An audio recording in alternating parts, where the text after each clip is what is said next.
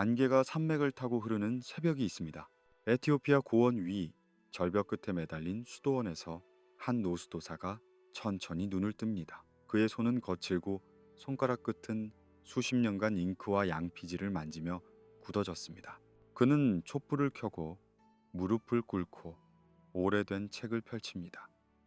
게저어로 쓰인 그 책의 제목은 당신이 들어본 적 없는 이름일 수도 있습니다. 하지만 그에게 그것은 성경입니다. 그가 평생 외워온 그의 조상들이 1000년 넘게 읽어온 성경입니다. 세계 어디에도 남지 않은 책들이 이곳에는 남아 있습니다. 에티오피아 정교회 성경은 81권으로 이루어져 있습니다. 당신이 알고 있는 성경이 66권이든 73권이든 그것과는 다릅니다. 그 차이는 단순한 숫자가 아닙니다. 그것은 역사적 선택의 결과이며 권력의 흐름이며 기억과 망각 사이의 긴 싸움의 흔적입니다. 이 책들은 발견된 것이 아닙니다. 한 번도 사라진 적이 없었습니다. 다만 다른 곳에서는 지워졌을 뿐입니다. 수세기 동안 이 책들은 예배 속에서 읽혔고 필사되었고 암송되었습니다. 에티오피아의 수도사들은 이 책들이 금지되었다는 사실조차 몰랐습니다. 왜냐하면 그들에게 그것은 언제나 당연한 경전이었으니까요. 그렇다면 우리가 던져야 할 질문은 이것입니다. 왜 에티오피아만 이 책들을 지켰는가가 아니라 왜 다른 곳에서는 버려졌는가입니다. 성경의 정경, 즉 어떤 책이 경전으로 인정받고 어떤 책이 배제되는가의 문제는 고정된 것이 아니었습니다. 그것은 결정되었고 선택되었고 때로는 강요되었습니다. 어떤 회의실에서, 어떤 공의회에서, 어떤 제국의 필요에 의해서 말입니다. 이 이야기는 폭로가 아닙니다. 고발도 아닙니다. 이것은 기억의 복원입니다. 천천히, 조용히 우리가 잃어버렸던 목소리들을 다시 듣는 시간입니다. 당신이 잠들기 전 이 이야기는 당신에게 질문을 던질 것입니다. 하지만 서두르지 않을 것입니다. 답을 강요하지도 않을 것입니다. 다만 당신 곁에서 마치 오래된 친구처럼 잊혀진 이야기를 속삭일 것입니다. 그러니 눈을 감으셔도 좋습니다. 이 목소리는 사라지지 않을 테니까요. 에티오피아는 세계에서 가장 오래된 기독교 국가 중 하나입니다. 그리고 가장 고립된 기독교 국가 중 하나였습니다. 산맥이 하늘을 찌르고 협곡이 땅을 갈라놓고 사막이 경계를 그어놓은 그곳에서 신앙은 천천히 그러나 단단하게 뿌리내렸습니다. 로마의 군단도 비잔틴의 사절도 십자군의 칼도 이곳까지는 쉽게 닿지 못했습니다. 그리고 그 고립 속에서 에티오피아의 기독교는 독자적인 길을 걸었습니다. 사도행전 8장에는 에티오피아 내시의 이야기가 나옵니다. 그는 예루살렘에서 예배를 드리고 돌아가는 길이었습니다. 마차 위에서 이사야서를 읽고 있었습니다. 그때 빌립이 그를 만나 복음을 전하고 그를 세례를 주었습니다. 그리고 내시는 기쁨으로 자기 길을 갔습니다. 이것이 에티오피아 기독교의 시작이라고 전해집니다. 4세기 악순 왕국의 왕에자나는 기독교를 공식 국교로 선포했습니다. 이것은 로마의 콘스탄티누스 대제와 거의 같은 시기였습니다. 하지만 에티오피아는 로마의 명령을 따른 것이 아니었습니다. 그들은 스스로 선택했습니다. 그리고 그 이후 에티오피아의 교회는 독립적으로 발전했습니다. 니케아 공의회가 열리고 삼위일체 교리가 정립되고 동방과 서방이 갈라서고 종교개혁이 일어나는 동안에도 에티오피아는 자기 방식으로 신앙을 지켰습니다. 외부의 종교적 간섭을 거의 받지 않았습니다. 이것은 기독교 역사에서 매우 드문 일이었습니다. 게에즈어로 성경이 번역되었습니다. 게에즈어는 에티오피아의 고대 언어입니다. 지금은 예배와 경전에서만 사용되는 일종의 신성한 언어입니다. 라틴어가 서방 교회에 있듯 게에즈어는 에티오피아 교회에 있습니다. 그리고 이 언어로 성경이 필사되고 보존되고 전승되었습니다. 산꼭대기의 수도원들은 접근하기 어려웠습니다. 어떤 곳은 로프 사다리로만 올라갈 수 있었습니다. 어떤 곳은 절벽을 타고 몇 시간을 올라가야 했습니다. 그곳에서 수도사들은 평생을 보냈습니다. 기도하고 필사하고 책을 지켰습니다. 그들은 세상과 단절되어 있었습니다. 그러나 그 단절이 그들을 보호했습니다. 변화하지 않았기 때문에 보존될 수 있었던 것들이 있습니다.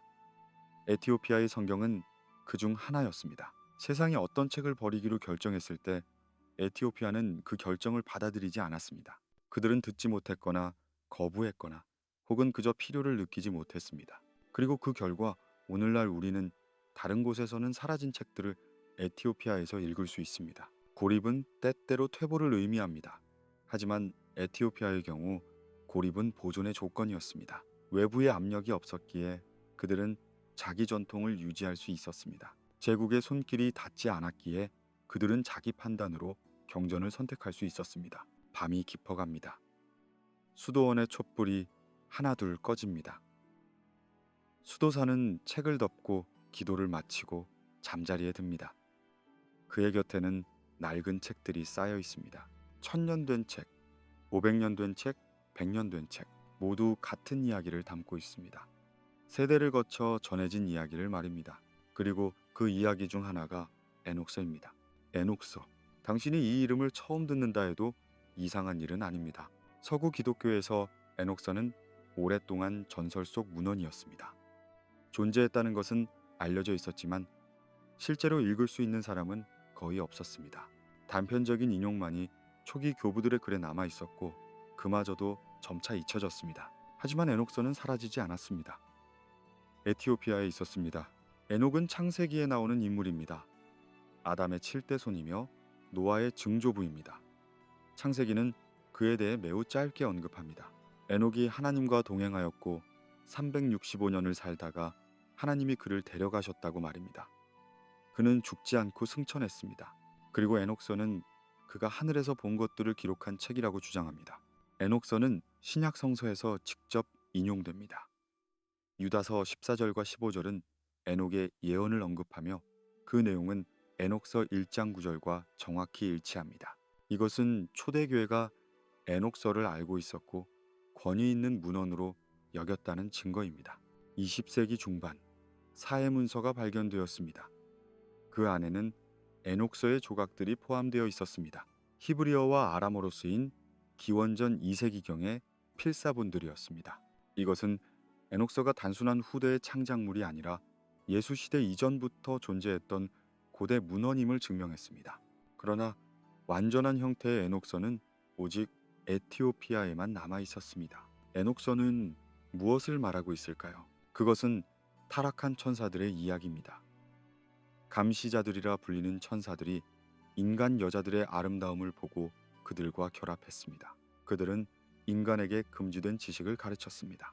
마법, 점성술, 무기제조, 화장술, 그리고 그들 사이에서 네필림, 즉 거인들이 태어났습니다. 이 거인들은 땅을 황폐하게 만들었습니다.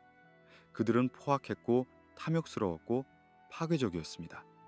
인간들은 고통받았고 땅은 피로 물들었습니다. 그리고 하나님은 홍수를 보내기로 결정하셨습니다. 이것은 창세기 6장의 이야기를 확장한 것입니다.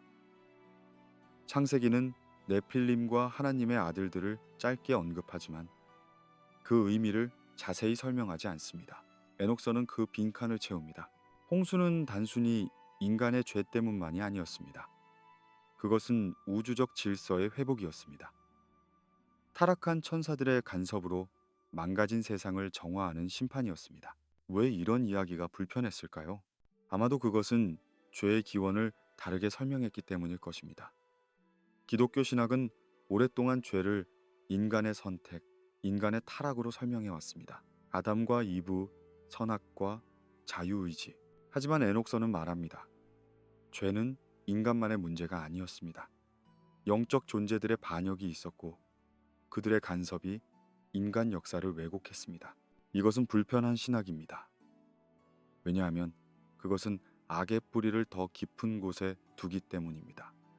인간은 피해자이자 공범이 됩니다. 그리고 구원은 단순히 개인의 회심이 아니라 우주적 전쟁의 일부가 됩니다. 에녹서는 또한 천사론을 복잡하게 만듭니다. 천사들은 완전하고 순종적인 존재로 여겨졌습니다. 하지만 에녹서는 말합니다. 그들도 타락할 수 있었습니다. 그들도 선택했고 잘못 선택했고 결과를 받았습니다. 밤하늘을 올려다보면 별들이 반짝입니다. 에녹서는 그 별들이 단순한 빛이 아니라고 말합니다. 그것들은 질서이며 계획이며 하나님의 율법이 작동하는 증거라고 말합니다. 그리고 인간은 그 질서 안에서 자기 자리를 찾아야 한다고 말합니다. 당신이 잠들기 전 이 이야기를 기억하세요. 세상은 당신이 배운 것보다 더 복잡할 수 있습니다. 선과 악의 경계는 당신이 생각한 것보다 더 흐릿할 수 있습니다. 그리고 진실은 때때로 불편하지만 그것이 진실을 덜 중요하게 만들지는 않습니다. 에녹서는 신화적 이미지로 가득합니다. 하지만 그 신화는 메시지를 담고 있습니다. 권력은 부패할 수 있고 지식은 악용될 수 있고 경계를 넘는 것에는 대가가 따른다는 메시지를 말입니다. 그리고 그 메시지는 오늘날에도 여전히 울립니다. 4세기 기독교가 변하고 있었습니다. 박해받던 신앙에서 제국의 종교로, 지하 공동체에서 대성당으로, 순교자의 피에서 황제의 칙령으로 변하고 있었습니다. 콘스탄티누스 대제는 밀라노 칙령으로 기독교를 공인했습니다. 그리고 얼마 지나지 않아 기독교는 로마 제국의 공식 종교가 되었습니다. 이것은 축복이었습니다. 그러나 동시에 위기이기도 했습니다. 제국은 통일을 원했습니다. 하나의 신앙, 하나의 교리, 하나의 권위. 분열은 약함이었고 다양성은 혼란이었습니다. 그래서 공의회가 소집되었습니다. 니케아 공의회는 325년에 열렸습니다. 주제는 삼위일체였습니다. 예수 그리스도는 하나님과 동일한 본질인가 아니면 피조물인가? 아리우스와 아타나시우스의 논쟁은 치열했고 결국 정통교리가 선포되었습니다. 그러나 니케아 공의회는 성경의 정경에 대해서는 논의하지 않았습니다. 그것은 나중의 일이었습니다. 라오디게아 공의회는 364년경에 열렸습니다. 이 공의회에서 읽을 수 있는 책의 목록이 작성되었습니다. 구약 22권, 신약 26권. 이것은 오늘날 우리가 아는 성경과 거의 비슷하지만 완전히 같지는 않았습니다. 요한계시록이 빠져 있었고 일부 책들은 여전히 논쟁 중이었습니다. 정경, 이 단어의 본래 의미는 측정 도구 혹은 기준을 뜻합니다. 어떤 책이 정경인가를 결정하는 것은 곧 무엇이 신앙의 기준인가를 결정하는 것이었습니다. 사도적 기원, 보편적 수용, 교리적 일치, 이것이 정경의 기준이라고 말해졌습니다. 하지만 이 기준은 선택적으로 적용되었습니다. 헤르마스의 목자는 초대교회에서 널리 읽혔습니다. 많은 교부들이 그것을 인용했고 일부는 성경으로 간주하기도 했습니다. 하지만 그것은 정경에서 배제되었습니다. 왜일까요? 사도적 기원이 불분명했기 때문이라고 합니다. 유빌리서는 창세기에 확장된 해설서였습니다. 초기 유대교와 기독교 공동체에서 읽혔습니다. 사해 문서에도 포함되어 있었습니다. 하지만 그것도 배제되었습니다. 정확한 이유는 명확하지 않습니다. 그리고 에녹서, 유다서가 인용했고 초대 교부들이 언급했지만 결국 외경으로 분류되었습니다. 책을 없앤 것이 아니었습니다. 질문을 없앤 것이었습니다. 에녹서는 타락한 천사들에 대해 질문했습니다. 유빌리서는 달력과 절기에 대해 질문했습니다. 헤르마스의 목자는 회개와 두 번째 기회에 대해 질문했습니다. 이 질문들은 불편했습니다. 답하기 어려웠고 통제하기 어려웠습니다. 에티오피아는 이 논의에 포함되지 않았습니다. 라오디게아는 소아시아에 있었고 니케아는 비티니아에 있었습니다. 그곳은 로마 제국의 심장부였습니다. 에티오피아는 멀리 떨어져 있었고 다른 길을 걷고 있었습니다. 그들은 초대받지 않았고 따라서 그 결정에 구속되지 않았습니다. 중앙 권력은 신앙의 형태를 만들었습니다. 그것은 의도적이었을 수도 있고 자연스러운 과정이었을 수도 있습니다. 하지만 결과는 같았습니다. 어떤 목소리는 들렸고 어떤 목소리는 침묵했습니다. 밤이 깊어갑니다. 공의회의 회의실은 비어있고 논쟁은 끝났고 결정은 내려졌습니다. 하지만 침묵 속에서 사라진 목소리들은 어디로 갔을까요? 그들은 땅속 항아리에 묻혔고 동굴 속에 숨겨졌고 산꼭대기 수도원에 보존되었습니다. 그리고 세월이 흐른 뒤 그들은 다시 돌아왔습니다. 당신이 잠들 때 역사도 잠듭니다. 하지만 역사는 꿈을 꿉니다. 그리고 때때로 그 꿈은 현실이 됩니다. 유빌리서. 이 책의 이름은 50년 주기를 뜻하는 희년에서 왔습니다. 49년이 7번의 안식년 주기이고 50년째 되는 해가 희년입니다. 유빌리서는 세상의 역사를 이 희년 주기로 나누어 설명합니다. 유빌리서는 창세기와 출애굽기의 이야기를 다시 들려줍니다. 하지만 단순한 반복이 아닙니다. 그것은 확장된 기억이며 추가된 세부 사항이며 다른 관점에서 본 같은 사건입니다. 형식은 독특합니다. 하나님이 시나이 산에서 모세에게 천사를 보내 천사가 모세에게 태초부터의 역사를 계시하는 방식입니다. 그래서 유빌리서는 때때로 작은 창세기라고 불립니다. 유빌리서가 강조하는 것 중 하나는 시간입니다. 시간은 신성합니다. 날들과 달들과 계절들은 창조의 질서 안에 있습니다. 그리고 인간은 그 시간을 올바르게 지켜야 합니다. 안식일, 절기, 예배의 시간. 이것들은 단순한 전통이 아니라 우주적 질서의 반영입니다. 유빌리서는 달력에 대해 매우 구체적입니다. 1년은 364일이며 정확히 52주입니다. 각 계절은 91일이며 13주입니다. 이것은 태양력이며 달의 움직임과는 무관합니다. 왜 이것이 중요했을까요? 달력은 권력입니다. 달력을 통제하는 자가 시간을 통제하고 시간을 통제하는 자가 사람들의 삶을 통제합니다. 언제 예배하고 언제 쉬고 언제 축제를 벌이는가. 이것은 단순한 행정 문제가 아니었습니다. 그것은 신앙의 핵심이었습니다. 유빌리서는 경고합니다. 달력이 바뀌면 절기가 어긋나고 예배가 잘못된 날에 드려지고 결국 사람들은 길을 잃게 된다고 말입니다. 그리고 유빌리서는 또 다른 이야기를 합니다.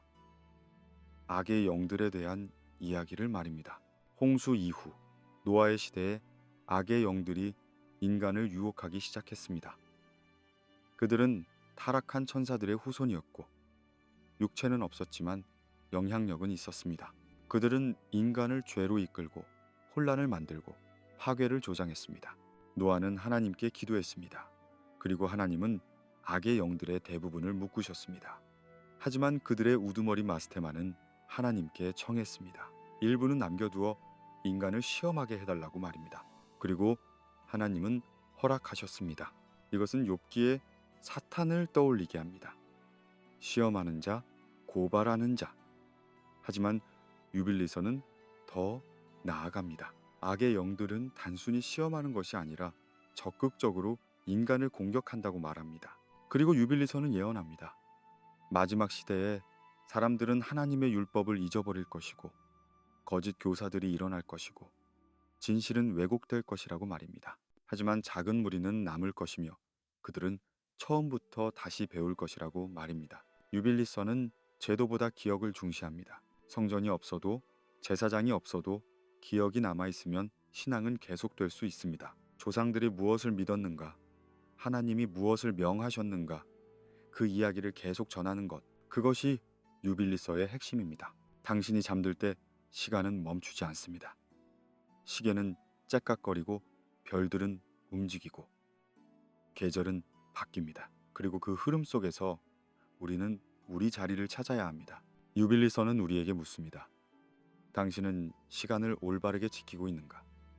당신은 진실을 기억하고 있는가? 당신은 흔들리지 않고 서 있는가? 이것은 엄격한 질문입니다. 하지만 두려워할 필요는 없습니다. 왜냐하면 유빌리서는 또한 약속하기 때문입니다. 진실을 사랑하는 자들은 결국 그것을 찾을 것이라고. 길을 잃은 자들도 돌아올 수 있다고 말입니다. 밤은 깊고 별은 멀고 시간은 흐릅니다. 하지만 이야기는 계속됩니다. 예수는 말씀하셨습니다. 거짓 선지자들을 조심하라고. 양의 옷을 입고 오지만 속은 이리라고. 그들의 열매로 그들을 알 것이라고 말씀하셨습니다. 이것은 산상수훈의 일부입니다. 마태복음 7장에 나오는 경고입니다. 우리는 이 말씀을 잘 압니다. 하지만 우리는 그 맥락을 잊어버렸습니다.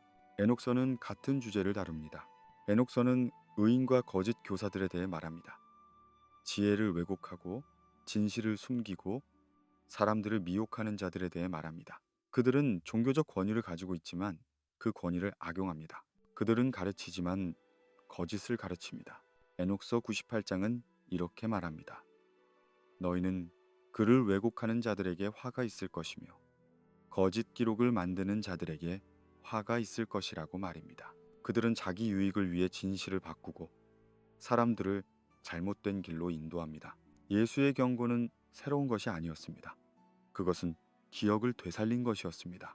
집을 반석 위에 짓는 비유를 기억하시나요? 예수는 말씀을 듣고 행하는 자는 반석 위에 집을 짓는 지혜로운 자와 같다고 하셨습니다. 비가 오고 창수가 나고 바람이 불어도 그 집은 무너지지 않습니다. 하지만 말씀을 듣고 행하지 않는 자는 모래 위에 집을 짓는 어리석은 자와 같다고 하셨습니다. 그 집은 무너지고 그 무너짐이 심합니다. 이 비유의 더 오래된 맥락은 에녹서에 있습니다. 에녹서는 말합니다. 지혜는 거처를 찾지 못했고 그래서 하늘로 돌아갔다고 말입니다. 사람들은 진실보다 편안함을 택했고 지혜보다 거짓을 선호했습니다. 내부로부터의 타락, 이것이 공통 주제입니다. 외부의 적이 아니라 내부의 배신, 양무리를 지켜야 할 목자가 양을 잡아먹고 진실을 가르쳐야 할 교사가 거짓을 퍼뜨리고 사람들을 인도해야 할 지도자가 길을 잃습니다. 예수는 이것을 아셨습니다. 하지만 예수의 경고는 공포를 조장하기 위한 것이 아니었습니다. 그것은 분별을 위한 것이었습니다. 깨어 있으라는 초대였습니다. 눈을 뜨고 귀를 열고 열매를 보라는 권면이었습니다. 에녹서도 같은 정신입니다. 저주와 심판의 말들이 많지만 그 핵심은 각성입니다. 속지 말라는 것, 진실을 사랑하라는 것, 편안한 거짓보다 불편한 진실을 택하라는 것입니다. 왜 이런 맥락이 사라졌을까요? 아마도 그것은 불편했기 때문일 것입니다. 거짓 선지자가 외부인이라면 쉽습니다. 그들을 구별하고 배제하고 경계하면 됩니다. 하지만 거짓 선지자가 내부인이라면 어떻게 해야 할까요? 존경받는 교사, 신뢰받는 지도자, 오랜 전통을 가진 제도가 잘못되었다면요. 이것은 매우 어려운 질문입니다. 그리고 그 질문을 피하는 가장 쉬운 방법은 그 질문을 던지는 책들을 치워버리는 것이었습니다. 하지만 질문은 사라지지 않았습니다. 책이 없어도 질문은 계속 떠올랐습니다. 왜냐하면 그것은 인간 경험의 일부였으니까요. 밤이 고요합니다. 당신은 누워서 천장을 바라봅니다. 그리고 생각합니다. 나는 무엇을 믿고 있는가? 왜 믿고 있는가? 누가 나에게 가르쳤는가? 그들은 신뢰할 만한가? 이것은 회의가 아닙니다. 이것은 성숙입니다. 예수는 맹목적인 믿음을 요구하지 않으셨습니다. 그는 분별력을 요구하셨습니다. 열매를 보라고, 행동을 보라고, 결과를 보라고 하셨습니다. 에녹서는 같은 것을 말합니다. 지혜로운 자는 보고 어리석은 자는 눈이 멀어 있다고 말입니다. 당신이 잠들 때 이 질문을 가지고 가세요. 판단하기 위해서가 아니라 깨어 있기 위해서입니다. 베드로 묵시록, 이 책은 초기 교회에서 널리 읽혔습니다. 2세기와 3세기의 여러 교부들이 그것을 언급했고 일부 지역에서는 성경으로 간주되기도 했습니다. 하지만 결국 정경에서 배제되었고 대부분의 사본은 사라졌습니다. 그러나 에티오피아에는 완전한 형태가 남아 있었습니다. 베드로 묵시록은 사후세계에 대한 책입니다. 천국과 지옥, 의인과 악인, 보상과 형벌. 하지만 그것은 상징적 언어를 사용하지 않습니다. 그것은 직접적이고 구체적이고 때로는 충격적입니다. 베드로가 환상 중에 천국과 지옥을 보는 형식입니다. 천사가 그를 인도하며 각 장소를 설명합니다. 천국의 묘사는 아름답습니다. 빛과 평화, 기쁨과 안식. 의인들은 면류관을 쓰고 흰옷을 입고 찬양합니다. 그곳에는 눈물이 없고 고통이 없고 죽음이 없습니다. 하지만 지옥의 묘사는 다릅니다. 베드로 묵시록은 각 죄에 대해 각각의 형벌을 보여줍니다. 살인자는 불에 타고 간음한 자는 진흙 속에 잠기고 거짓말한 자는 혀를 물립니다. 이것은 단순한 불호수가 아닙니다. 이것은 맞춤형 고통입니다. 왜 이렇게 직접적일까요? 아마도 그것은 교육적 목적 때문이었을 것입니다. 초기 교회는 다양한 배경에서 온 사람들로 이루어져 있었습니다.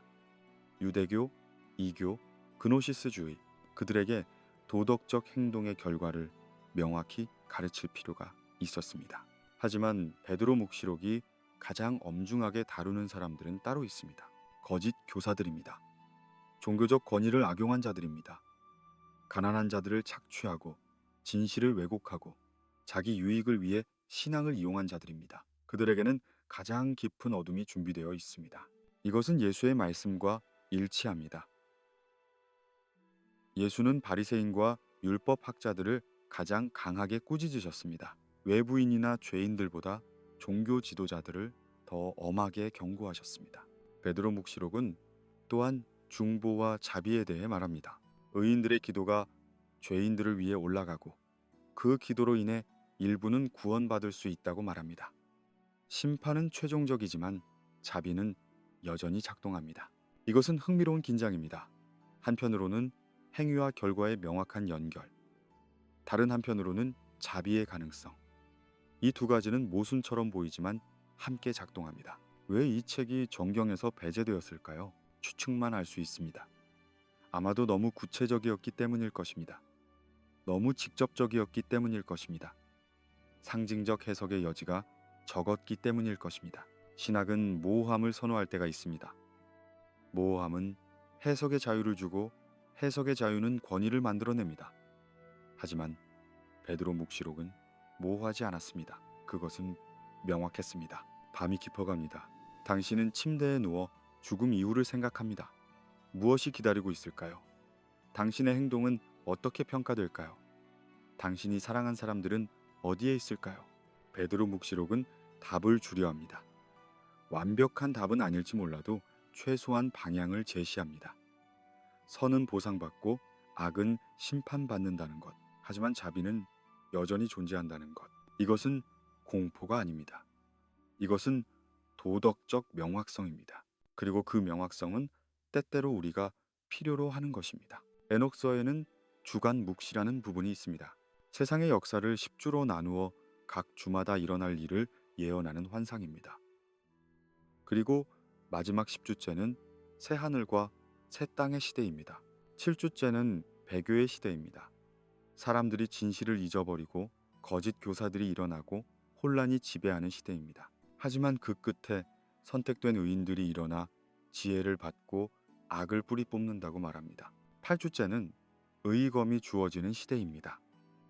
죄인들이 심판받고 정의가 실현됩니다. 9주째는 비밀이 드러나는 시대입니다. 온 세상이 의를 배우고 악은 사라집니다. 그리고 10주째, 영원한 심판이 오고 새로운 하늘이 나타납니다. 이것은 종말론입니다. 하지만 공포의 종말론이 아닙니다. 그것은 노출의 종말론입니다. 숨겨진 것이 드러나고 왜곡된 것이 바로잡히고 잊혀진 것이 기억되는 시대. 그것이 에녹서가 말하는 마지막 시대입니다. 그리고 에녹서는 이렇게 말합니다. 책들이 의인들에게 주어질 것이라고 말입니다. 이것은 놀라운 예언입니다. 20세기에 사해문서가 발견되었습니다. 1945년 나그한마디에서 영지주의 문헌들이 발견되었습니다. 1773년 스코틀랜드의 탐험가 제임스 브루스가 에티오피아에서 에녹서를 가져왔습니다. 19세기와 20세기 내내 오래된 필사본들이 땅속에서, 동굴에서, 수도원에서 나타났습니다. 그리고 21세기에는 인터넷이 등장했습니다. 지금 이 순간 당신은 손안의 기기로 에녹서를 읽을 수 있습니다. 유빌리서를 읽을 수 있습니다. 베드로 묵시록을 읽을 수 있습니다.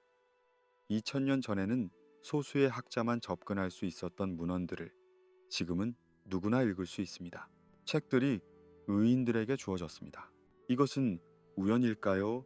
아니면 계획일까요? 에녹서는 마지막 시대의 특징을 말합니다. 혼란, 왜곡, 배교. 하지만 동시에 접근성, 각성, 분별, 진실을 사랑하는 자와 편안한 이야기를 원하는 자가 나뉘어진다고 말합니다. 정보는 넘쳐납니다. 하지만 지혜는 여전히 드뭅니다. 모든 사람이 같은 자료를 볼 수 있습니다. 하지만 모든 사람이 같은 결론에 도달하지는 않습니다. 어떤 이는 진실을 찾고 어떤 이는 확증을 찾습니다. 어떤 이는 질문하고 어떤 이는 안심을 원합니다. 종말은 세상의 끝이 아닙니다. 종말은 인식의 전환입니다. 숨겨진 것이 드러났을 때 우리는 무엇을 할 것인가? 불편한 진실을 마주했을 때 우리는 어떻게 반응할 것인가? 우리가 배운 것이 불완전했다는 것을 알았을 때 우리는 계속 배울 것인가? 아니면 배움을 멈출 것인가? 지금은 노출의 시대입니다. 역사가 발굴되고 문서가 번역되고 지식이 공유됩니다. 에티오피아의 수도원에서 사해 근처 동굴에서 이집트의 항아리에서 나온 이야기들이 이제 당신 앞에 있습니다. 당신은 무엇을 선택하겠습니까? 에녹서는 강요하지 않습니다. 유빌리서는 협박하지 않습니다. 그들은 단지 초대합니다. 보라고, 읽으라고, 생각하라고 말입니다. 밤은 고요하고 별은 반짝이고 시간은 흐릅니다. 당신이 잠들기 전 이 질문을 가지고 가세요. 당신은 무엇을 알고 싶은가? 당신은 무엇을 믿고 싶은가? 그리고 그 둘이 다를 때 당신은 어느 쪽을 택하겠는가? 이 문헌들이 공통적으로 가진 특징이 있습니다. 그것은 직접 계시입니다. 에녹은 하늘로 올라가 직접 보았고 유빌리서의 천사는 모세에게 직접 말했고 베드로는 환상 중에 직접 경험했습니다. 중간자가 없습니다. 제사장도 교회도 제도도 필요하지 않습니다. 이것이 위험했습니다. 4세기 이후 기독교는 제도가 되었습니다. 위계가 생겼고 권위가 확립되었고 교회는 하나님과 인간 사이의 중개자가 되었습니다. 성례전은 제사장을 통해 주어졌고 성경 해석은 교부들의 전통에 따라 이루어졌고 구원은 교회의 울타리 안에서만 가능하다고 가르쳐졌습니다. 하지만 에녹서는 말합니다. 개인이 하늘을 볼 수 있다고, 천사가 평범한 사람에게도 나타날 수 있다고, 지혜는 위에서 직접 온다고 말입니다. 이것은 제도 밖의 진실 가능성을 열어줍니다. 그리고 그것은 통제할 수 없는 신앙을 만들어냅니다. 로마 제국이 기독교를 공인했을 때 그것은 축복이었지만 동시에 구속이었습니다. 제국은 통일된 신앙을 원했습니다. 하나의 교리, 하나의 권위, 하나의 교회. 왜냐하면 분열은 제국의 위협이었으니까요. 질문하는 신자는 위험했습니다. 스스로 생각하는 신자는 통제하기 어려웠습니다. 책을 직접 읽고 해석하는 신자는 예측할 수 없었습니다. 그래서 어떤 책들은 배제되었습니다. 그것은 내용 때문만은 아니었습니다. 그것은 태도 때문이었습니다. 이 책들은 독자에게 권위를 주었습니다. 중개자를 필요로 하지 않는 신앙을 가능하게 했습니다. 에티오피아는 달랐습니다. 에티오피아의 교회는 중앙 집권적이지 않았습니다. 로마나 콘스탄티노플처럼 강력한 교황청이 없었습니다. 수도원들은 독립적이었고 각 공동체는 자기 전통을 유지했습니다. 이것은 느슨해 보일 수 있지만 그 느슨함이 다양성을 허용했습니다. 그들은 에녹서를 읽었고 유빌리서를 공부했고 이 책들을 성경의 일부로 받아들였습니다. 그리고 그것이 문제를 일으키지 않았습니다. 왜냐하면 그들은 이 책들을 위협으로 보지 않았으니까요. 이단이라는 말은 원래 선택을 의미했습니다. 그리스어 하이레시스는 선택 혹은 학파를 뜻했습니다. 하지만 점차 그것은 잘못된 선택, 잘못된 믿음을 의미하게 되었습니다. 그리고 이단이라는 낙인은 배제의 도구가 되었습니다. 누가 이단을 결정했을까요? 권력을 가진 자들이었습니다. 역사는 승자의 것입니다. 정통은 이긴 자의 신학입니다. 에녹서를 배제한 자들이 주류가 되었고 에녹서를 지킨 자들은 주변부에 머물렀습니다. 하지만 주변부가 때로는 더 진실에 가깝습니다. 중심은 타협하고 협상하고 권력과 거래합니다. 하지만 변방은 자기 것을 지킵니다. 세상의 인정을 받지 못해도 자기 신념을 유지합니다. 이것은 에티오피아의 이야기입니다. 그들은 세계의 중심이 되려 하지 않았습니다. 그들은 단지 자기 신앙을 지켰습니다. 그리고 그 결과 그들은 다른 곳에서 사라진 것들을 보존했습니다. 밤이 깊어갑니다. 당신은 생각합니다. 믿음과 통제 사이의 경계는 어디인가? 신앙이 제도가 될 때 무엇이 얻어지고 무엇이 이뤄지는가? 권위는 필요한가? 아니면 장애물인가? 이것은 쉬운 질문이 아닙니다. 그리고 쉬운 답도 없습니다. 하지만 한 가지는 분명합니다. 질문을 금지하는 신앙은 약한 신앙입니다. 책을 두려워하는 교회는 자신감 없는 교회입니다. 진실은 질문을 견딥니다. 빛은 조사를 두려워하지 않습니다. 에녹서와 유빌리서와 베드로 묵시록은 신앙을 약하게 만들지 않습니다. 오히려 깊게 만듭니다. 더 많은 질문을 던지게 하고, 더 깊이 생각하게 하고, 더 넓은 세계를 보게 만듭니다. 그리고 그것이 바로 위험했던 이유입니다. 깊은 신앙은 순종적이지 않습니다. 깊은 신앙은 독립적입니다. 당신이 잠들 때 이 생각을 가지고 가세요. 분노가 아니라 이해로 말입니다. 누군가를 비난하기 위해서가 아니라 더 잘 알기 위해서 말입니다. 진실은 완전히 사라지지 않습니다. 이것은 역사가 반복해서 보여주는 교훈입니다.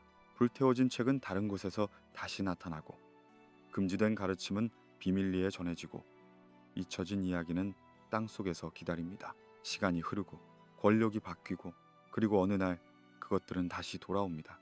사회 문서는 2000년을 항아리 속에서 기다렸습니다. 나그한마디 문헌들은 이집트 사막 아래 숨어 있었습니다. 에티오피아의 필사본들은 산꼭대기 수도원에서 세대를 넘어 전해졌습니다. 그들은 숨긴 것이 아니었습니다. 그들은 지킨 것이었습니다. 숨긴다는 것은 수치를 의미합니다. 하지만 지킨다는 것은 자부심을 의미합니다. 에티오피아의 수도사들은 이 책들을 부끄러워하지 않았습니다. 그들은 자랑스러워했습니다. 이것이 그들의 성경이었고, 그들의 전통이었고, 그들의 정체성이었습니다. 그리고 오늘날 우리는 그들에게 빚을 졌습니다. 만약 에티오피아가 없었다면 우리는 에녹서를 읽을 수 없었을 것입니다. 유빌리서를 알 수 없었을 것입니다. 우리는 더 좁은 성경을 가졌을 것이고, 더 제한된 시각을 가졌을 것이고, 더 적은 질문을 던졌을 것입니다. 오늘날 우리가 가진 선택지는 무엇일까요? 우리는 읽을 수 있습니다. 이것이 첫 번째 선택지입니다. 에녹서는 번역되어 있습니다. 유빌리서는 온라인에 있습니다.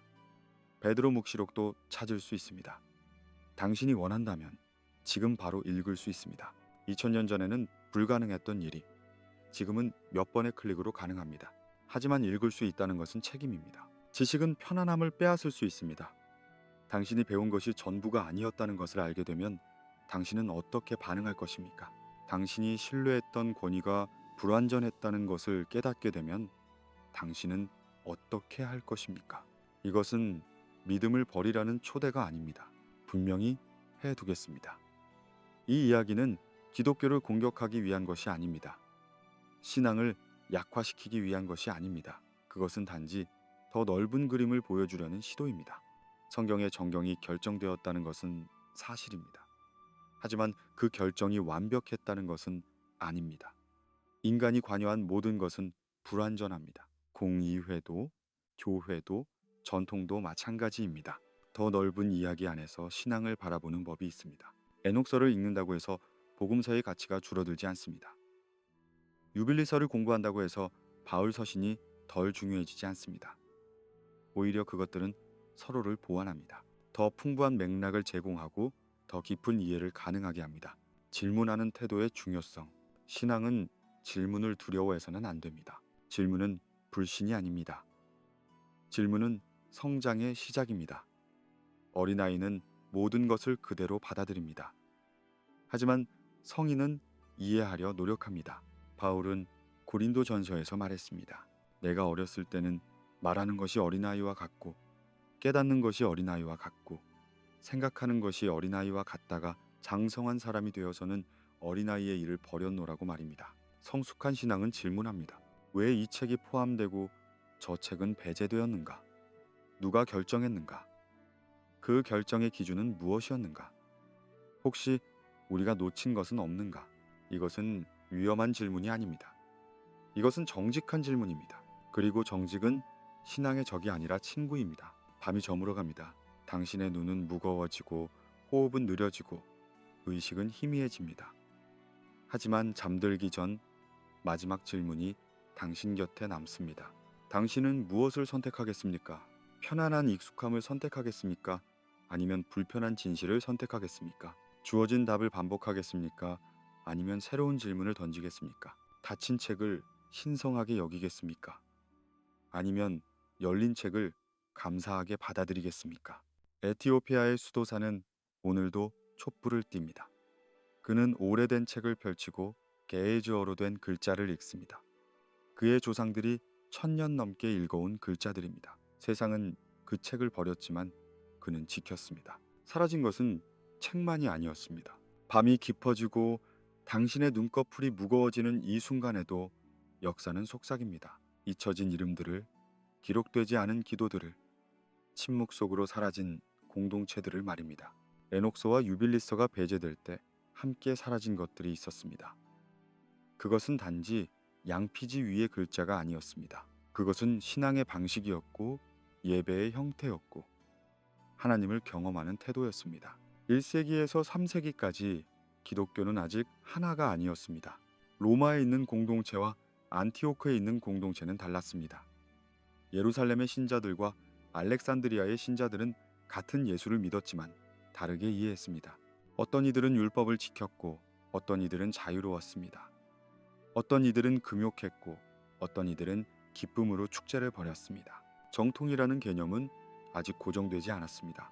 누가 옳고 누가 그른가는 명확하지 않았습니다. 다양성은 혼란이 아니라 자연스러운 상태였습니다. 씨앗에서 자란 나무가 각기 다른 모양을 가지듯 예수의 가르침은 각 땅에서 다르게 뿌리내렸습니다. 예언이 있었습니다. 초기 교회에서 예언은 드문 일이 아니었습니다. 고린도전서는 예언의 은사에 대해 자세히 말합니다. 사도행전은 아가보와 빌립의 딸들이 예언했다고 기록합니다. 평범한 신자들도 성령의 음성을 들었고 환상을 보았고 직접 계시를 받았습니다. 이것은 일상이었습니다. 지금의 우리에게는 기적처럼 들리지만 그들에게는 신앙의 정상적인 부분이었습니다. 교회는 살아있었고 역동적이었고 예측 불가능했습니다. 성령은 누구에게나 말씀하셨고 그 음성은 제도를 거치지 않았습니다. 하지만 시간이 흐르면서 이것은 문제가 되었습니다. 누구나 예언할 수 있다면 누가 진짜 예언을 판단할 것인가? 누구나 계시를 받을 수 있다면 어떻게 교리의 통일을 유지할 것인가? 자유는 아름답지만 통제하기 어렵습니다. 그래서 예언은 점차 제한되었습니다. 몬타누스 운동이라는 것이 있었습니다. 2세기 중반 몬타누스라는 사람이 새로운 예언을 받았다고 주장했습니다. 그를 따르는 공동체는 성령의 직접적인 인도를 강조했고 금욕적인 삶을 살았고 임박한 종말을 기다렸습니다. 터툴리안 같은 위대한 교부도 그들에게 가담했습니다. 하지만 교회는 그들을 이단으로 규정했습니다. 왜일까요? 그들의 교리가 명백히 잘못되었기 때문은 아니었습니다. 오히려 그들은 도덕적으로 엄격했고 헌신적이었고 신실했습니다. 문제는 그들이 제도 밖에서 성령의 음성을 주장했다는 것이었습니다. 이단 규정은 신학적 판단이기도 했지만 정치적 결정이기도 했습니다. 그리고 이단으로 규정된 공동체들은 침묵당했습니다. 침묵. 이것은 고대 세계에서 가장 효과적인 처벌이었습니다. 살인보다 추방보다 박해보다 더 완전한 제거였습니다. 왜냐하면 침묵당한 자는 기록되지 않았고 기록되지 않은 것은 존재하지 않았던 것처럼 취급되었으니까요. 그들의 책은 불태워졌습니다. 그들의 편지는 파기되었습니다. 그들의 이름은 언급되지 않았습니다. 그리고 몇 세대가 지나면 아무도 그들을 기억하지 못했습니다. 기록되지 않은 신앙은 사라집니다. 하지만 에티오피아는 달랐습니다. 에티오피아는 이 논쟁의 중심에서 멀리 떨어져 있었습니다. 그들은 누가 이단이고 누가 정통인지에 대한 소식을 늦게 들었거나 혹은 전혀 듣지 못했습니다. 그래서 그들은 자기 방식을 유지했습니다. 에티오피아가 보존한 것은 단지 텍스트가 아니었습니다. 그것은 태도였습니다. 직접 계시를 받을 수 있다는 믿음, 개인이 하나님과 직접 소통할 수 있다는 확신, 제도보다 경험을 우선시하는 신앙이었습니다. 에녹은 중개자 없이 하늘로 올라갔습니다. 그는 제사장도 선지자도 아니었습니다. 그는 단지 하나님과 동행한 사람이었습니다. 그리고 그것으로 충분했습니다. 이것이 에녹서가 전하는 메시지였습니다. 그리고 이것이 초기 교회가 경험한 신앙이었습니다. 밤이 고요합니다. 역사는 승자의 기록이라고 말합니다. 하지만 더 정확히 말하면 역사는 남은 기록일 뿐입니다. 승자도 패자도 아닌 단지 기록된 자와 침묵당한 자의 차이입니다. 그리고 침묵 속에 무엇이 있었는지 우리는 영영 알 수 없을지도 모릅니다. 하지만 때때로 아주 드물게 침묵이 깨집니다. 땅 속에서, 동굴에서, 산 꼭대기에서 목소리가 다시 들립니다. 그리고 우리는 깨닫습니다. 사라진 것은 없었다는 것을 단지 잠들어 있었을 뿐이라는 것을 말입니다. 당신이 잠들어 갈 때 이 침묵당한 이름들을 기억해 주세요. 얼굴도 모르고 이야기도 모르지만 그들도 당신처럼 믿었고 사랑했고 기도했습니다. 그리고 그들의 신앙도 당신의 신앙만큼 진실했습니다. 예수는 글을 남기지 않았습니다. 이것은 너무나 단순한 사실이어서 우리는 종종 그 의미를 놓칩니다. 소크라테스도 글을 쓰지 않았습니다. 붓다도 직접 기록을 남기지 않았습니다. 그들의 가르침은 제자들의 기억 속에서, 반복되는 대화 속에서, 공동체의 삶 속에서 형성되었습니다. 예수의 말씀도 처음에는 이야기였습니다. 누군가 기억했고, 누군가 전했고, 누군가 다시 들려주었습니다. 예루살렘에서, 갈릴리에서, 사마리아에서, 안티오크에서 같은 이야기가 조금씩 다르게, 하지만 본질은 같게 전해졌습니다. 기억은 글보다 부드럽습니다. 글은 고정되지만 기억은 살아 있습니다. 글은 정확하지만 기억은 따뜻합니다. 글은 보존하지만 기억은 전달합니다. 공동체 안에서 예수의 말씀은 리듬이 되었습니다. 반복해서 이야기되고 예배 때마다 낭송되고 식사 자리에서 다시 떠올려지면서 그 말씀은 공동체의 일부가 되었습니다. 마치 노래의 후렴구처럼, 마치 기도의 호흡처럼 말입니다. 그리고 그 기억 속에는 에녹서의 세계관이 있었습니다. 예수가 말씀하신 씨 뿌리는 자의 비유를 기억하시나요? 어떤 씨는 길가에 떨어지고, 어떤 씨는 돌밭에 떨어지고, 어떤 씨는 가시떨기에 떨어지고, 어떤 씨는 좋은 땅에 떨어집니다. 제자들이 묻습니다. 왜 비유로 말씀하십니까? 예수는 대답하십니다. 하늘나라의 비밀을 아는 것이 너희에게는 허락되었으나 그들에게는 허락되지 않았다고 말씀하십니다. 들을 귀 있는 자는 들으라. 이 말의 본래 의미는 무엇이었을까요? 그것은 배제가 아니었습니다. 그것은 준비의 문제였습니다. 진실을 받아들일 준비가 된 자는 듣고 아직 준비되지 않은 자는 듣지 못합니다. 같은 말을 들어도 어떤 이는 이해하고 어떤 이는 그냥 지나칩니다. 에녹서는 같은 원리를 말합니다. 지혜는 모든 사람에게 주어지지만 모든 사람이 그것을 받아들이지는 않는다고 말입니다. 예수는 제도를 세우려 하지 않으셨습니다. 그는 교회 건물을 짓지 않으셨고 위계를 만들지 않으셨고 교리를 조항별로 정리하지 않으셨습니다. 그는 단지 씨를 뿌리셨습니다. 그리고 각자의 땅에서 그 씨가 자라기를 기다리셨습니다. 초기 신자들은 예수를 교리로 이해하지 않았습니다. 그들은 예수를 길로 이해했습니다. 사도행전은 초기 기독교를 즉 길이라고 불렀습니다. 그것은 따라갈 방향이었고 걸어갈 여정이었고 살아갈 방식이었습니다. 교리는 도착점입니다. 하지만 길은 과정입니다. 교리는 말합니다. 이것을 믿으라고 말입니다. 하지만 길은 말합니다. 이렇게 살아보라고 말입니다. 왜 이런 예수상이 위험했을까요? 제도는 명확함을 원합니다. 누가 안에 있고 누가 밖에 있는가? 무엇이 옳고 무엇이 그른가? 어디까지가 허용되고 어디부터가 이단인가? 경계가 필요합니다. 하지만 길은 경계가 흐릿합니다. 각자의 속도가 다르고 각자의 이해가 다르고 각자의 경험이 다릅니다. 통제할 수 없습니다. 글보다 살아있는 전통이 더 위협적이었습니다. 글은 해석할 수 있습니다. 권위 있는 해석자가 공식 의미를 정할 수 있습니다. 하지만 살아있는 전통은 다릅니다. 그것은 각 공동체에서 조금씩 다르게 이해되고 각 개인에게 조금씩 다르게 적용됩니다. 그래서 글이 필요했습니다. 복음서가 기록되고 서신이 수집되고 정경이 확정되었습니다. 이것은 축복이었습니다.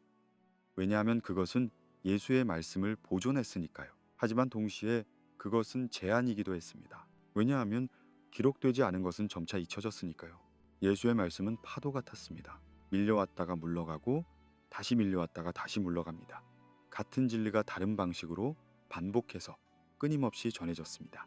안전한 신앙. 이 말을 처음 들으면 이상하게 느껴집니다. 신앙이 안전할 수 있을까요? 신앙은 모험이고 도전이고 미지의 세계로 나아가는 것 아니었을까요? 하지만 어느 순간부터 신앙은 안전을 약속하기 시작했습니다.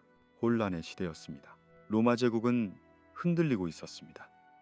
박해가 있었고 전쟁이 있었고 역병이 있었습니다. 사람들은 두려웠습니다. 미래가 보이지 않았고 오늘도 불확실했습니다. 그런 시대에 사람들은 확실한 무언가를 원했습니다. 명확한 답을 원했습니다. 이것은 옳고 저것은 그르다는 분명한 선을 원했습니다. 복잡한 질문보다 단순한 해답을 원했습니다. 이것은 약함이 아닙니다. 이것은 인간입니다.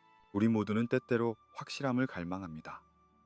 특히 모든 것이 흔들릴 때 우리는 움직이지 않는 무언가를 붙잡고 싶어 합니다. 그리고 종교는 그것을 제공했습니다. 명확한 교리가 만들어졌습니다. 삼위일체, 그리스도의 양성, 구원의 방법. 이것들은 정교하게 정의되었고 조항별로 나뉘었고 외우고 고백해야 할 신조가 되었습니다. 성경의 정경이 확정되었습니다. 66권 혹은 73권. 이 책들은 영감받았고 나머지는 그렇지 않다고 선포되었습니다. 경계가 그어졌습니다.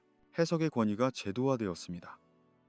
교부들의 전통, 공의회의 결정, 교회의 가르침, 개인은 스스로 해석해서는 안 되고 승인된 해석을 따라야 한다고 말해줬습니다. 이것은 질서였습니다. 그리고 질서는 위안이 될 수 있습니다. 혼란 속에서 구조는 안정감을 줍니다. 의심 속에서 확실함은 평화를 줍니다. 하지만 그 대가는 무엇이었을까요? 질문을 멈추게 하는 가장 강력한 감정은 두려움입니다. 만약 당신이 틀린 것을 믿으면 어떻게 될까요? 만약 당신이 잘못된 해석을 따르면 어떻게 될까요?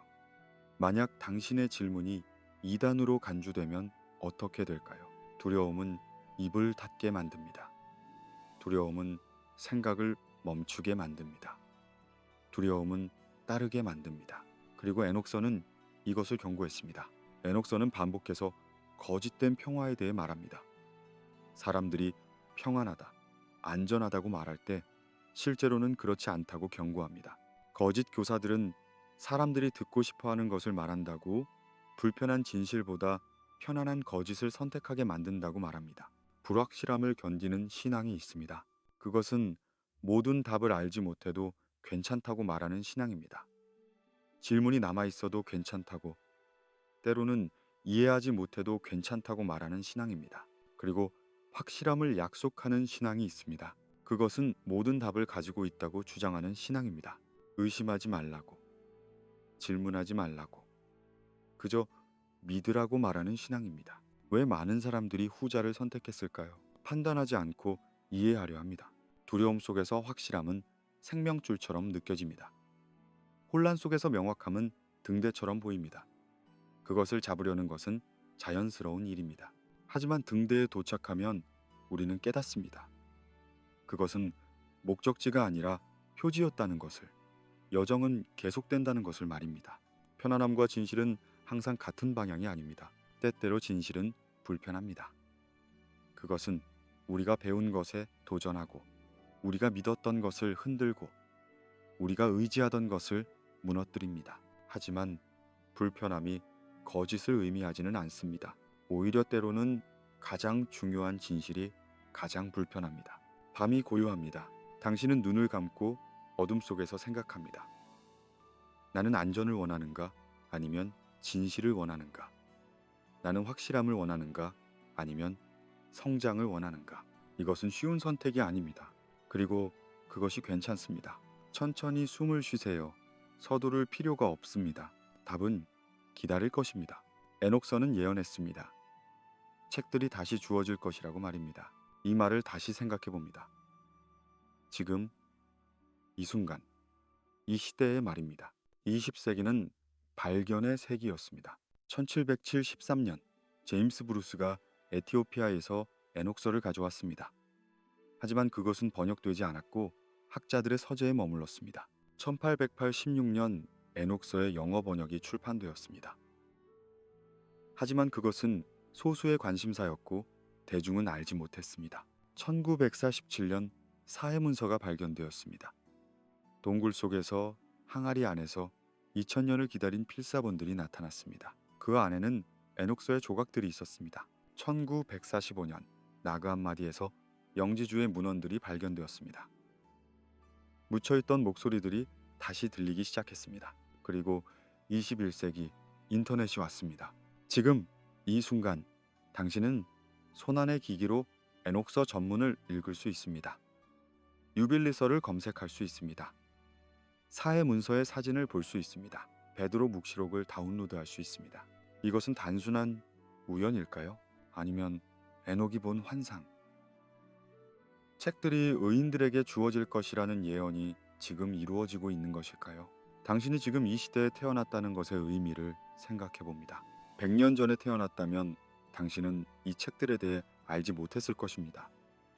이 100년 전이라면 접근조차 할 수 없었을 것입니다. 500년 전이라면 그것을 읽으려 한다는 사실만으로도 위험했을 것입니다. 하지만 지금 당신은 읽을 수 있습니다. 이전 세대가 가질 수 없었던 접근성을 당신은 가지고 있습니다. 이전 세대가 할 수 없었던 비교를 당신은 할 수 있습니다. 66권의 성경과 81권의 성경을 나란히 놓고 무엇이 다른지 스스로 볼 수 있습니다. 왜 지금일까요? 왜 이 지식이 1000년 동안 숨겨져 있다가 지금 이 시대에 다시 나타났을까요? 에녹서는 말합니다. 마지막 시대의 특징은 노출이라고 말입니다. 숨겨진 것이 드러나고 왜곡된 것이 바로잡히고 거짓이 폭로되는 시대라고 말입니다. 우리는 그 시대에 살고 있습니다. 비밀은 더 이상 비밀로 남기 어렵습니다. 정보는 순식간에 퍼집니다. 진실은 언젠가 표면으로 떠오릅니다. 하지만 모든 사람이 진실을 받아들일 준비가 된 것은 아닙니다. 에녹서는 이것도 예언했습니다.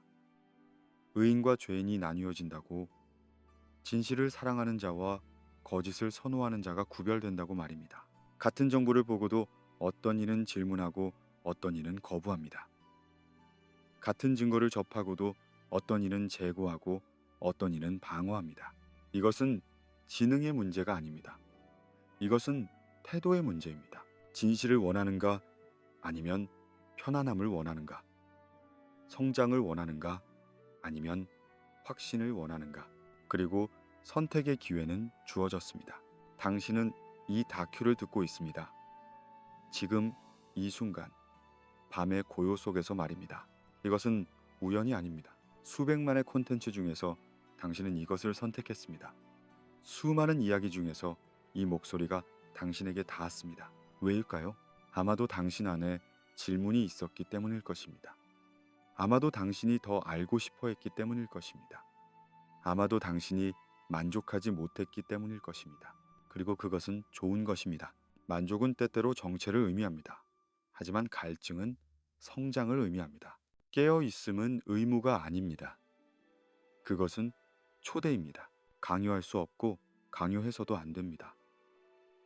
각자의 시간이 있고 각자의 준비가 있습니다. 하지만 만약 당신이 준비되었다면 문은 열려 있습니다.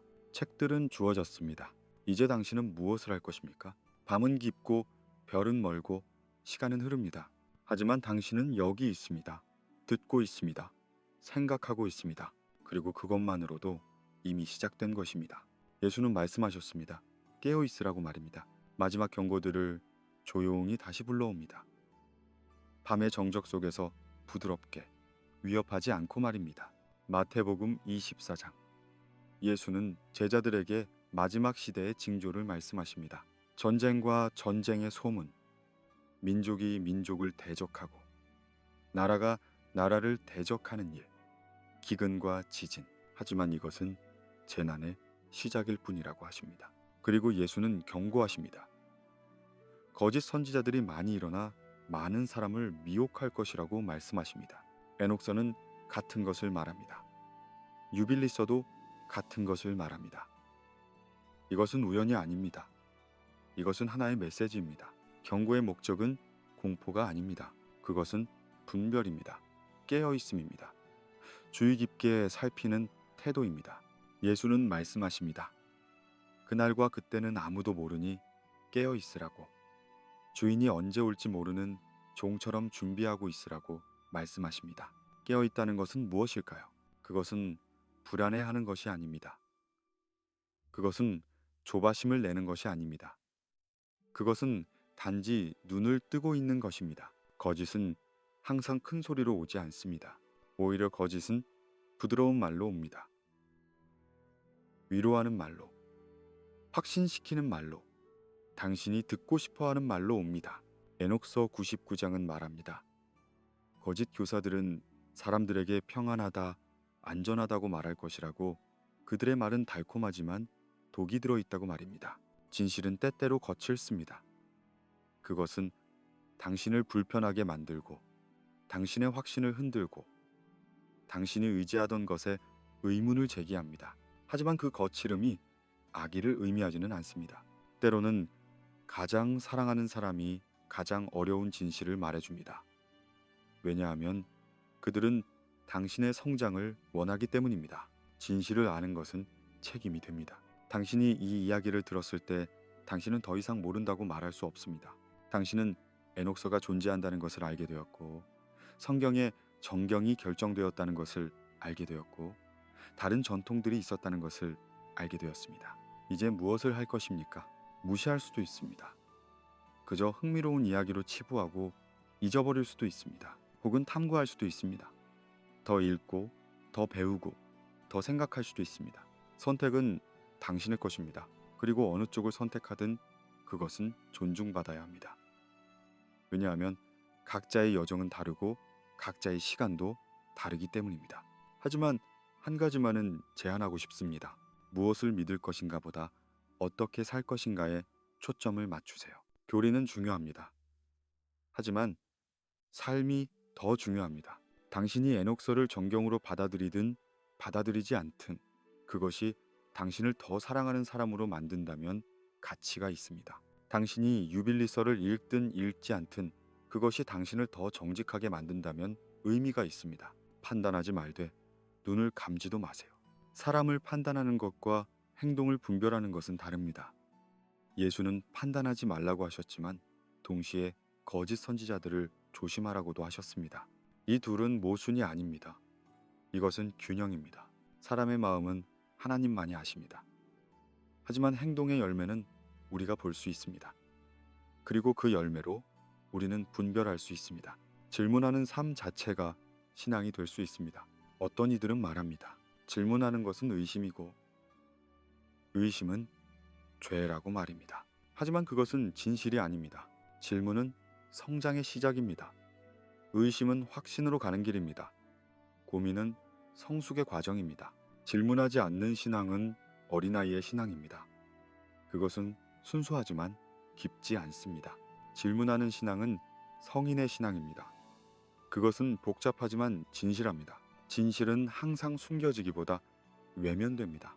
밤이 깊어지는 이 시간, 당신과 함께 생각해 봅니다. 역사 속에서 반복되는 하나의 패턴을 말입니다. 진실이 드러났을 때 사람들은 어떻게 반응했을까요? 때로는 환호했습니다. 때로는 분노했습니다. 하지만 가장 자주 사람들은 그것을 외면했습니다. 이것은 악의 때문이 아니었습니다. 이것은 인간이기 때문이었습니다. 불편한 정보가 등장했을 때 인간의 첫 반응은 놀랍도록 일관됩니다. 먼저 부정합니다. 그럴 리 없다고, 잘못된 정보라고, 과장되었다고 말합니다. 그 다음 합리화합니다.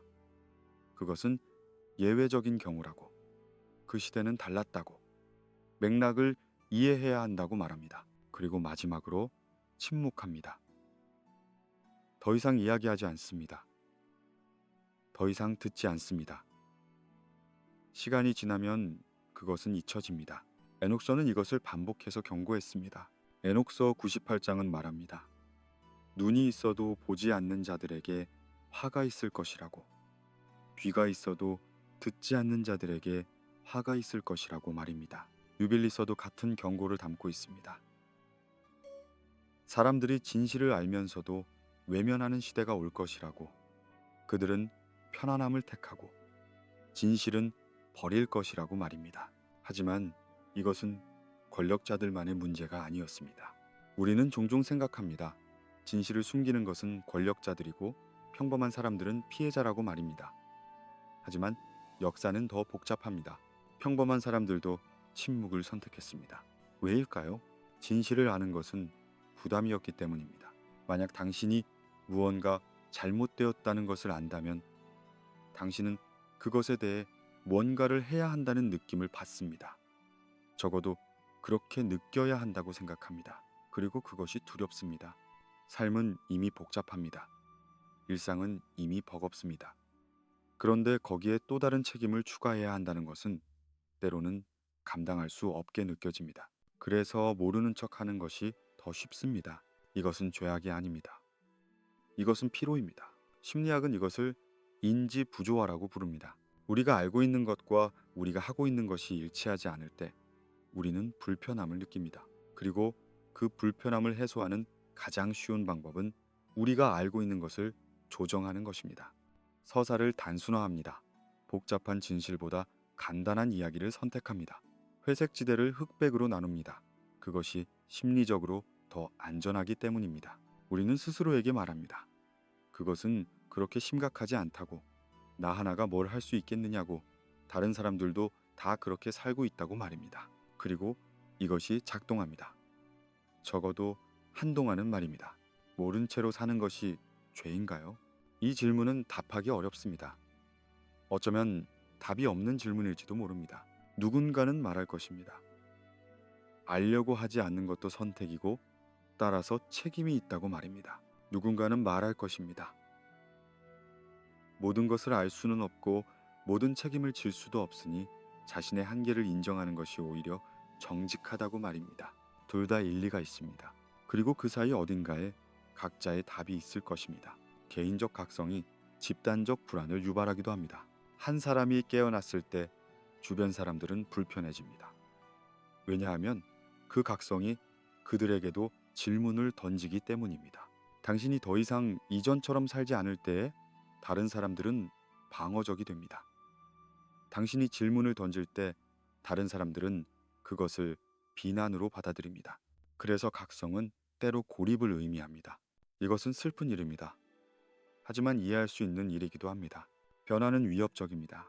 특히 그것이 자신의 변화를 요구할 때 더욱 그렇습니다. 밤이 고요합니다. 당신이 이 이야기를 들으며 혹시 자신을 비난하고 있다면 멈추세요. 당신이 과거에 외면했던 것들이 있다면 그것은 괜찮습니다. 당신이 지금도 확신하지 못한다면 그것도 괜찮습니다. 우리는 모두 불완전합니다. 우리는 모두 배우고 있습니다. 중요한 것은 완벽한 각성이 아니라 계속 깨어나려는 의지입니다. 오늘 보지 못한 것을 내일 볼 수도 있습니다. 지금 이해하지 못한 것을 나중에 이해할 수도 있습니다. 시간을 주세요. 자신에게. 그리고 다른 이들에게 말입니다. 진실은 강요할 수 없습니다. 진실은 기다립니다. 그리고 언젠가 준비되었을 때 그것은 스스로 드러날 것입니다. 천천히 숨을 쉬세요. 판단하지 마세요. 이해하려 하세요. 자신을, 다른 이들을, 그리고 이 복잡한 세상을 말입니다. 고대 문헌에서 지식은 축복이 아니라 책임으로 묘사됩니다. 에녹의 이야기를 다시 생각해 봅니다. 그는 하늘로 올라갔고 천사들의 세계를 보았고 우주의 비밀을 배웠습니다.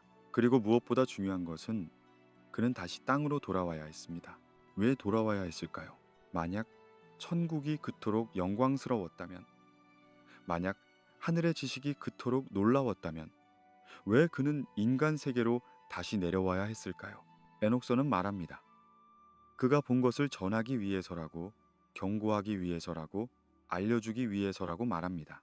지식은 그를 자유롭게 만들지 않았습니다. 지식은 그에게 사명을 주었습니다. 알게 된 자는 다시 이전으로 돌아갈 수 없습니다. 이것은 고대로부터 반복되는 주제입니다. 선악과를 먹은 아담과 이브도, 홍해를 건넌 이스라엘 백성도, 부활을 목격한 제자들도 마찬가지였습니다. 한 번 본 것은 보지 않은 척 할 수 없습니다. 한 번 안 것은 모르는 척 할 수 없습니다. 물론 외면할 수는 있습니다. 부정할 수는 있습니다. 하지만 완전히 잊을 수는 없습니다. 그것은 마음 한구석에 남아 때때로 떠오르고 불편함을 만들고 질문을 던집니다. 종교가 지식을 통제하려 했던 이유를 생각해 봅니다. 판단하지 않고 단지 이해하려고 노력하면서 말입니다. 교회가 성경 해석을 독점하려 했던 것은 권력욕만 때문은 아니었을 것입니다. 물론 권력도 있었겠지만 그것만은 아니었을 것입니다. 지식은 위험했습니다. 왜냐하면 지식은 변화를 요구했으니까요. 만약 모든 사람이 성경을 직접 읽고 해석한다면 통일된 신앙을 유지하기 어려워집니다. 만약 모든 사람이 자기 양심에 따라 판단한다면 제도를 유지하기 어려워집니다. 이것은 나쁜 의도였을까요? 아니면 정당한 우려였을까요? 아마도 둘 다였을 것입니다. 통제하려는 욕망도 있었고 질서를 지키려는 의도도 있었을 것입니다. 권력을 유지하려는 이기심도 있었고 공동체를 보호하려는 책임감도 있었을 것입니다. 인간은 단순하지 않습니다. 동기는 순수하지 않습니다. 우리는 선과 악이 뒤섞인 존재입니다. 정보가 행동을 요구할 때 우리는 내적 저항을 느낍니다. 예를 들어 봅시다. 당신이 옷을 만드는 공장의 비윤리적 노동 환경에 대해 알게 되었다고 상상해 보세요. 당신은 그 회사의 옷을 입고 있습니다. 이제 어떻게 해야 할까요? 그 옷을 버려야 할까요? 그 회사의 제품을 사지 말아야 할까요? 다른 사람들에게도 알려야 할까요? 아니면 그냥 계속 입어도 될까요? 이것은 작은 예시입니다. 하지만 원리는 같습니다. 지식은 우리에게 뭔가를 요구하는 것처럼 느껴집니다. 그리고 그것이 부담스럽습니다. 믿음과 수능이 갈라지는 지점이 있습니다. 어떤 이들은 말합니다. 믿음은 순종이라고, 의심 없이 따르는 것이라고, 제도와 권위를 존중하는 것이라고 말입니다. 어떤 이들은 말합니다. 믿음은 진실을 향한 것이라고, 불의에 저항하는 것이라고, 양심을 따르는 것이라고 말입니다.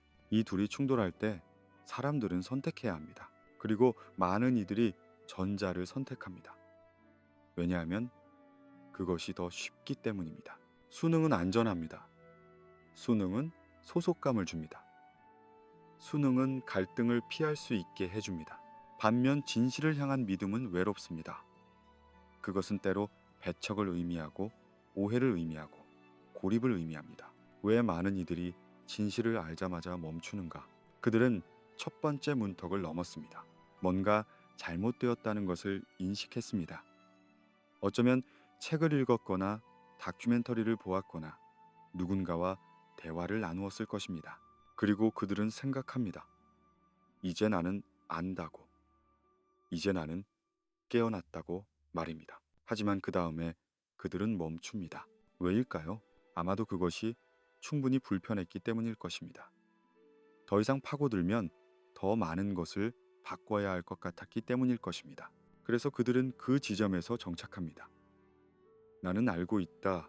하지만 아무것도 하지 않는다. 라는 타협 지점의 말입니다. 아무것도 하지 않는 것도 선택입니다. 이것은 가혹한 말처럼 들릴 수 있습니다. 하지만 그것이 현실입니다. 우리는 매일 선택합니다. 행동하거나 행동하지 않거나 말하거나 침묵하거나 참여하거나 그리고 아무것도 하지 않기로 선택하는 것도 하나의 선택입니다. 하지만 동시에 작은 변화조차 큰 각성의 시작일 수 있습니다. 모든 사람이 혁명가가 될 필요는 없습니다. 모든 사람이 투사가 될 필요는 없습니다. 작은 정직함도 가치가 있습니다. 작은 용기도 의미가 있습니다. 당신이 한 사람에게 진실을 나누는 것, 당신이 한 가지 습관을 바꾸는 것, 당신이 한 번의 불의에 침묵하지 않는 것, 이것도 충분히 의미가 있습니다. 완벽하지 않아도 괜찮습니다. 일관되지 않아도 괜찮습니다. 중요한 것은 완전히 멈추지 않는 것입니다. 책임을 강요하지 않습니다. 당신이 무엇을 해야 한다고 말하지 않습니다. 당신이 어떻게 살아야 한다고 지시하지 않습니다. 다만 자연스럽게 떠올리게 합니다. 당신은 무엇을 알게 되었나요? 그리고 그것이 당신을 어떻게 바꾸었나요? 혹은 바꾸지 않았나요? 그리고 그것은 괜찮은가요? 이 질문들과 함께 조용히 잠들어도 좋습니다. 답은 내일에도 늦지 않습니다. 침묵이 미덕이던 시대가 있었습니다. 조용함, 겸손함, 말을 아끼는 지혜. 이것들은 오랫동안 미덕으로 여겨졌습니다. 잠언은 말합니다. 말이 많으면 허물을 면하기 어렵다고, 입술을 제어하는 자는 지혜롭다고 말입니다. 야고보서는 말합니다. 혀는 작은 지체지만 큰 것을 자랑한다고, 혀로 인해 온몸이 더럽혀질 수 있다고 말입니다. 침묵은 지혜였습니다. 하지만 침묵이 공모가 되는 순간도 있습니다. 초기 그리스도인들은 박해 속에서 살았습니다. 로마 제국은 그들을 핍박했고, 유대 공동체는 그들을 배척했고, 이웃들은 그들을 의심했습니다. 그리스도인이라는 것이 알려지면 재산을 잃거나 투옥되거나 심지어 죽을 수도 있었습니다. 그래서 많은 이들이 침묵을 선택했습니다. 공개적으로 신앙을 고백하지 않았습니다. 비밀리에 모였습니다. 상징과 암호로 소통했습니다. 이것은 비겁함이었을까요? 아니면 지혜였을까요? 단순하게 판단할 수 없습니다. 어떤 이들은 순교를 택했습니다. 그들은 신앙을 부인하기보다 죽음을 선택했습니다. 그들의 용기는 존경받아 마땅합니다. 어떤 이들은 생존을 택했습니다. 그들은 침묵하며 살아남았고, 그 덕분에 신앙은 다음 세대로 전해질 수 있었습니다. 그들의 선택도 이해할 만합니다. 기록되지 않은 목소리들의 윤리적 무게를 생각해 봅니다. 역사는 영웅을 기억합니다. 순교자, 개혁가, 예언자, 그들의 이름은 남았고 그들의 이야기는 전해집니다. 하지만 침묵했던 사람들은 어떻게 되었을까요? 그들은 기록되지 않았습니다. 그들의 이름은 알려지지 않았습니다. 그들의 내적 고민, 그들의 두려움, 그들의 선택은 역사에 남지 않았습니다. 하지만 그들도 존재했습니다. 그들도 믿었고 두려워했고 선택했습니다. 그들의 침묵에도 무게가 있습니다. 에녹서에 등장하는 말하지 않은 자들의 운명을 기억합니다. 에녹서는 말합니다. 진실을 알면서도 말하지 않은 자들에 대해, 불의를 보면서도 침묵한 자들에 대해 말입니다. 그들에게 심판이 있을 것이라고 경고합니다. 하지만 동시에 에녹서는 맥락도 고려합니다. 왜 그들이 침묵했는가? 무엇이 그들을 막았는가도 말입니다.